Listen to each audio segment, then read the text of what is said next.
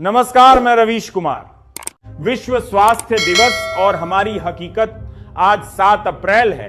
दुनिया भर में स्टैंड विद साइंस का नारा बुलंद किया जा रहा है, पर क्या आपने सोचा है कि बड़े बड़े विज्ञापनों के बीच उस गरीब की क्या जगह है जो आज भी सरकारी अस्पताल की चौखट पर पर्चा बनवाने के लिए घंटों खड़ा रहता है? क्या विज्ञान सिर्फ उन रईसों के लिए है जो महंगे निजी अस्पतालों का खर्च उठा सकते हैं, या उस आम नागरिक के लिए भी है जिसके पास दवा के लिए पैसे नहीं हैं? स्वास्थ्य एक मौलिक अधिकार है, पर क्या यह कागजों से बाहर निकल पाया है? मध्य पूर्व में युद्ध विराम की धुंधली उम्मीद। जी हां, आज की दूसरी बड़ी खबर दुनिया के उस हिस्से से है जहां आसमान से अक्सर बारिश नहीं, बारूद बरसता है। ईरान और इजराइल के बीच बढ़ते तनावों के बीच अंतर्राष्ट्रीय गलियारों से एक खबर छनकर आई है। 45 दिनों के युद्ध विराम की चर्चा, इसे एक बड़ी उपलब्धि बताया जा रहा है। लेकिन क्या आपने कभी सोचा है कि ये युद्ध विराम किसके लिए होते हैं? जब बड़े बड़े मुल्क एयर कंडीशन कमरों में बैठकर शांति के समझौतों पर दस्तखत करते हैं, तो क्या उनके जेहन में उस मलबे की तस्वीर होती है जिसके नीचे किसी का बचपन दबा रह गया? क्या ये 45 दिन वाकई शांति के लिए हैं, या ये सिर्फ एक स्ट्रैटेजिक पॉज है ताकि अगली जंग के लिए हथियारों का जखीरा फिर से भरा जा सके? अजीब विडंबना है, हथियार बेचने वाले देश ही आज शांति के मसीहा बनकर मेज पर बैठे हैं। कूटनीति की इस बिसात पर मोहरे हमेशा आम नागरिक ही होते हैं। सरहदों के दोनों तरफ माताओं के आंसू एक जैसे ही नमकीन होते हैं, लेकिन डिप्लोमेसी की भाषा में उन्हें अक्सर कोलेटरल डैमेज कह दिया जाता है। क्या इंसानियत वाकई इन मुल्कों की प्राथमिकता है, या फिर बाथार का मुनाफा और तेल के कुओं पर कब्जा ही असली खेल है? 45 दिन बाद जब फिर से गोलियां चलेंगी, तो क्या ये शांति के पैरोकार अपनी फाइलें बंद कर चुके होंगे? सवाल गहरा है, पर क्या आप इसे सुनने के लिए तैयार हैं? उत्तर प्रदेश एक्सप्रेसवे का जाल और किसान की थाली। लखनऊ से लेकर गाजीपुर तक उत्तर प्रदेश में एक्सप्रेसवे का जाल बिछ रहा है। प्रगति के दावे किए जा रहे हैं, लेकिन क्या आपने उन किसानों से पूछा है जिनकी जमीनें इन सड़कों के नीचे दब गई? मुआवजे की फाइलें आज भी कलेक्ट्रेट के चक्कर काट रही हैं। सड़कें तो तेज रफ्तार हो गईं, पर क्या किसान की आर्थिक स्थिति में भी वैसी ही रफ्तार आई है? विकास की चमक में क्या हम उस धूल को भूल रहे हैं जो गांव की पगडंडियों पर आज भी सन्नाटा पसराए हुए है? अमेरिका चीन व्यापार युद्ध, एक नया अध्याय। व्हाइट हाउस से आई ताजा रिपोर्ट बताती है कि तकनीक को लेकर अमेरिका और चीन के बीच खींचतान अब एक नए स्तर पर पहुंच गई है। सेमीकंडक्टर चिप से लेकर आर्टिफिशियल इंटेलिजेंस तक दोनों महाशक्तियां एक दूसरे को पछाड़ने में लगी हैं। लेकिन इस होड़ में क्या हम उस डिजिटल खाई को और गहरा नहीं कर रहे? जब तकनीक का इस्तेमाल निगरानी के लिए होने लगे, तो समझ लेना चाहिए कि आजादी की परिभाषा अब डेटा और सर्वर के कमरों में कैद हो रही है। सुप्रीम कोर्ट का निजता पर बड़ा फैसला। भारत के मुख्य न्यायाधीश ने डिजिटल डेटा की गोपनीयता को लेकर एक ऐतिहासिक टिप्पणी की है। क्या सरकार को आपके निजी तर्क के 12 दूर 2020 मानती आ रही 12 दी टिप्पणी की बड़ा परी भारत के 12 दूर संदेशों तक पहुंचने का है? कोर्ट ने साफ किया है कि सुरक्षा के नाम पर किसी की निजता का हनन नहीं किया जा सकता। यह फैसला उन लोगों के लिए एक उम्मीद है जो डिजिटल इंडिया के दौर में अपनी प्राइवेसी को लेकर डरे हुए हैं। क्या हमारी एजेंसियां अब अपनी हदें पहचानेंगी, या सर्विलांस का खेल बदस्तूर जारी रहेगा? वाराणसी, पर्यटन की चकाचौंध और बुनकरों का दर्द। काशी विश्वनाथ कॉरिडोर बनने के बाद वाराणसी में पर्यटकों की भीड़ बढ़ गई है। शहर चमक रहा है, लेकिन उस चमक के पीछे झांक कर देखिए तो वहां के बुनकरों की करघों की आवाज धीमी पड़ रही है। सिल्क के काम में लगे हजारों परिवार आज महंगाई और बिजली की बढ़ती दरों से परेशान हैं। क्या विकास सिर्फ मंदिरों और घाटों के जीर्णोद्धार तक सीमित रहेगा, या उन हाथों को भी सहारा मिलेगा जो इस शहर की सांस्कृतिक पहचान को सदियों से बुन रहे हैं? वैश्विक भुखमरी रिपोर्ट और भारत का स्थान विश्व खाद्य कार्यक्रम की नई रिपोर्ट ने दुनिया को आईना दिखाया है, जहां एक तरफ टन भर खाना बर्बाद हो रहा है, वहीं दूसरी तरफ करोड़ों लोग आज भी खाली पेट सोने को मजबूर हैं। भारत में भी कुपोषण की स्थिति चिंताजनक बनी हुई है। क्या हम सिर्फ 5 ट्रिलियन की अर्थव्यवस्था का सपना देखेंगे या उस थाली की फिक्र भी करेंगे जहां आधी रोटी भी नसीब नहीं हो रही? भूख किसी विचारधारा को नहीं जानती, उसे सिर्फ अनाज चाहिए, भाषण नहीं। दिल्ली मेरठ RRTS सफर आसान या जेब पर भारी रैपिड रेल का विस्तार अब मेरठ तक पहुंचने वाला है। घंटों का सफर मिनटों में सिमट रहा है, लेकिन क्या आपने इसके किरायों पर गौर किया है? क्या एक सामान्य दिहाजी मजदूर इस ट्रेन में सफर करने का सपना देख सकता है? आधुनिकता का स्वागत है, पर अगर वो आम आदमी की पहुंच से बाहर है तो सवाल उठता है कि यह विकास किसके लिए है? क्या हम सिर्फ मध्यम वर्ग और अमीरों के लिए ही बुनियादी ढांचा तैयार कर रहे हैं? उत्तर प्रदेश में शिक्षा का संकट, सरकारी स्कूलों की हालत। उत्तर प्रदेश सरकार शिक्षा बजट बढ़ाने की बात करती है, लेकिन जमीनी हकीकत आज भी वही है। प्राइमरी स्कूलों में कहीं छत टपक रही है तो कहीं शिक्षकों की भारी कमी है। कायाकल्प योजना के तहत दीवारों पर रंग तो चढ़ गया, लेकिन क्या उन क्लासरूम के भीतर शिक्षा का स्तर भी सुधरा है? जब तक गांवों के बच्चों को गुणवत्तापूर्ण शिक्षा नहीं मिलेगी, तब तक हम विश्व गुरु बनने के दावे कैसे कर सकते हैं? क्या डिग्री लेना ही शिक्षा है? ग्लोबल वार्मिंग, पिघलते ग्लेशियर और हमारा भविष्य हिमालय के ग्लेशियरों के पिघलने की रफ्तार पिछले एक दशक में सबसे तेज रही है। यह सिर्फ पर्यावरणविदों की चिंता नहीं है, बल्कि उस आम आदमी की चिंता होनी चाहिए जिसके घर के नीचे आने वाले समय में पानी भर सकता है। कार्बन उत्सर्जन को लेकर पेरिस समझौते के वादे तो बहुत हुए, पर क्या जमीनी स्तर पर कोई बदलाव आया है? प्रकृति जब अपना हिसाब मांगती है तो वो किसी देश की सीमा या उसकी जीडीपी नहीं देखती। साइबर अपराधों का बढ़ता जाल, देश में डिजिटल पेमेंट तो बढ़ा है, लेकिन उसके साथ ही बढ़ा है ऑनलाइन धोखाधड़ी का खतरा। हर दिन हजारों लोग अपनी घाची कमाई लुटा रहे हैं। क्या हमारा बैंकिंग सिस्टम और पुलिस व्यवस्था इन शातिर अपराधियों को पकड़ने के लिए तैयार है? डेटा सुरक्षा के कानून तो बने, पर क्या उनका पालन हो रहा है? जब तक न्याय प्रक्रिया जटिल रहेगी, तब तक अपराधी ऐसे ही आम लोगों की मेहनत के पैसों पर डाका डालते रहेंगे।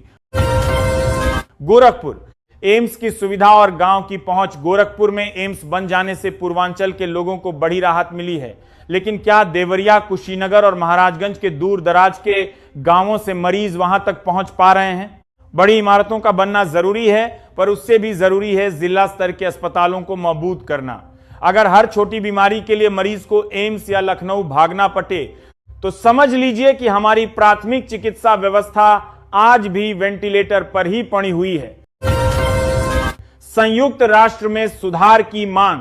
भारत एक बार फिर संयुक्त राष्ट्र सुरक्षा परिषद में स्थायी सदस्यता और सुधारों की मांग कर रहा है।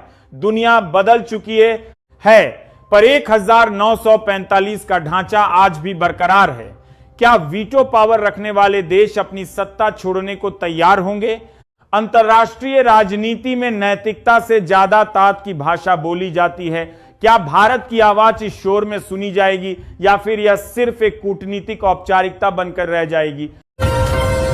उत्तर प्रदेश, आवारा पशुओं की समस्या और किसानों की रात। यूपी के खेतों में आज भी किसान अपनी रातें जागकर गुजार रहे हैं। आवारा पशु फसलों को बर्बाद कर रहे हैं और गौशालाओं की स्थिति किसी से छुपी नहीं है। सरकारी आंकों में सब ठीक है, पर किसान के चेहरे की झुर्रियां कुछ और ही कहानी बयां करती हैं।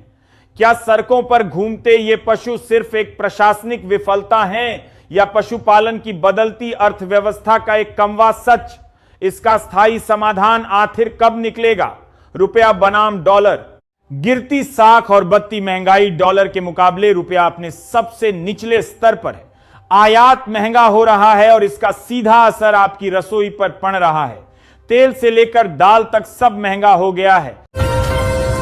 सरकार इसे वैश्विक परिस्थितियों का असर बता रही है, लेकिन आम आदमी की आमदनी तो नहीं बढ़ी।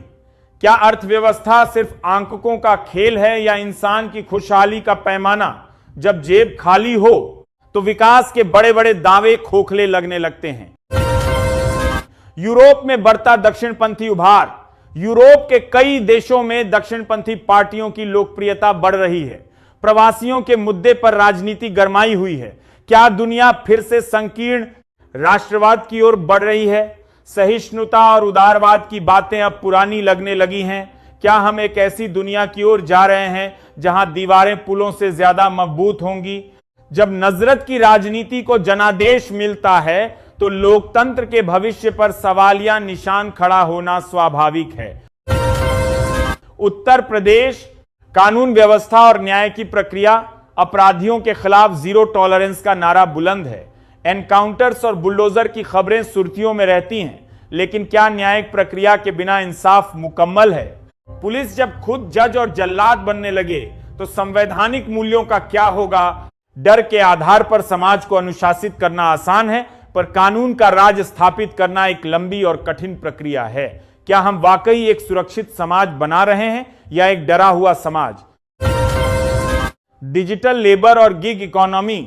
जोमैटो, स्विगी और अमेजन जैसे प्लेटफॉर्म्स पर काम करने वाले लाखों डिलीवरी पार्टनर्स क्या वाकई पार्टनर हैं? उनके पास न तो सामाजिक सुरक्षा है और न ही काम के निश्चित घंटे। एल्गोरिदम उनका बॉस है जो सिर्फ टारगेट देखता है, इंसान नहीं। क्या हमारी सरकार इन डिजिटल मजदूरों के लिए कोई ठोस कानून बनाएगी? जब हम आधुनिक अर्थव्यवस्था की बात करते हैं तो क्या इन श्रमजीवियों के अधिकारों को दरकिनार करना जायज है? अंतरिक्ष में बत्ती हो। गगनयान की तैयारी। इसरो अपने महत्वाकांक्षी गगनयान मिशन की ओर बढ़ रहा है। भारतीय अंतरिक्ष यात्री अंतरिक्ष में जाने को तैयार हैं। यह विज्ञान के क्षेत्र में भारत की बड़ी छलांग है, लेकिन क्या हमें धरती की उन बुनियादी समस्याओं को भूल जाना चाहिए जिनका हल विज्ञान आज भी ढूंढ रहा है? अंतरिक्ष में तिरंगा लहराना गर्व की बात है, पर जमीन पर हर बच्चे के हाथ में किताब और हर मरीज के पास दवा होना उससे भी बड़ी उपलब्धि होगी।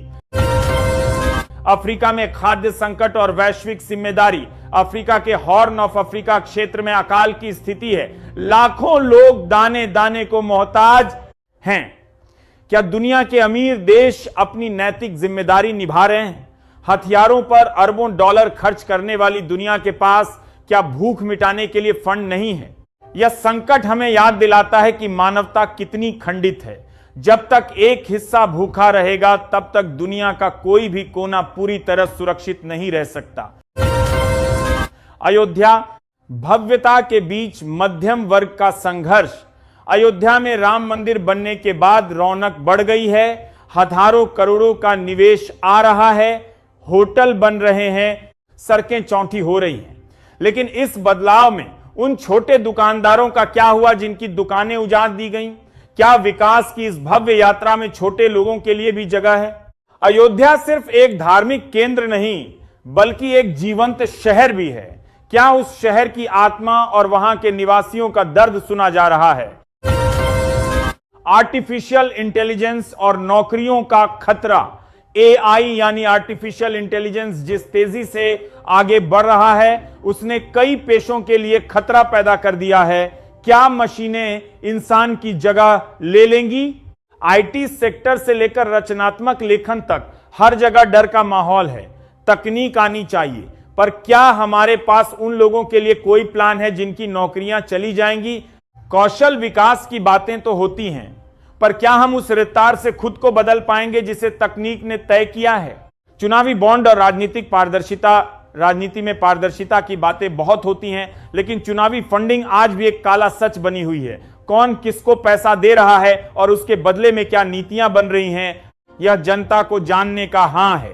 क्या लोकतंत्र में चंदे का खेल पारदर्शिता की राह में सबसे बड़ा रोसा है? जब चुनाव इतने महंगे हो जाएं कि सिर्फ रईस ही उसमें शामिल हो सकें, तो समझ लीजिए कि लोकतंत्र अब अमीरों का तंत्र बनता जा रहा है। प्रयागराज, प्रतियोगी छात्रों की निराशा। प्रयागराज जो कभी पूर्व का ऑक्सफोर्ड कहलाता था, आज प्रतियोगी छात्रों के प्रदर्शनों का केंद्र बना हुआ है।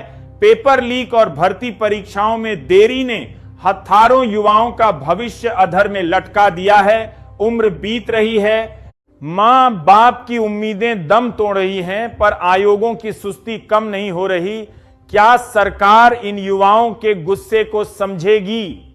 बिना रोजगार के युवा शक्ति सिर्फ एक आंखगा बनकर रह जाएगी, ताकत नहीं। अंतिम विचार, क्या आप जबरों को देख रहे हैं? अंतिम खबर यह है कि क्या आपने वाकई इन जबरों को सुना, या आप भी हेडलाइंस के उस शोर का हिस्सा बन गए हैं जो आपको सोचने का मौका ही नहीं देता। लोकतंत्र में सवाल पूछना ही सबसे बड़ा धर्म है। अगर आप सवाल नहीं पूछ रहे तो आप सिर्फ एक उपभोक्ता हैं, नागरिक नहीं। याद रखिएगा, सूचना और ज्ञान के बीच एक बहुत बारीक लकीर होती है। कोशिश कीजिए कि उस लकीर को पहचान सकें। देखते रहिए न्यू 2 समाचार। नमस्कार।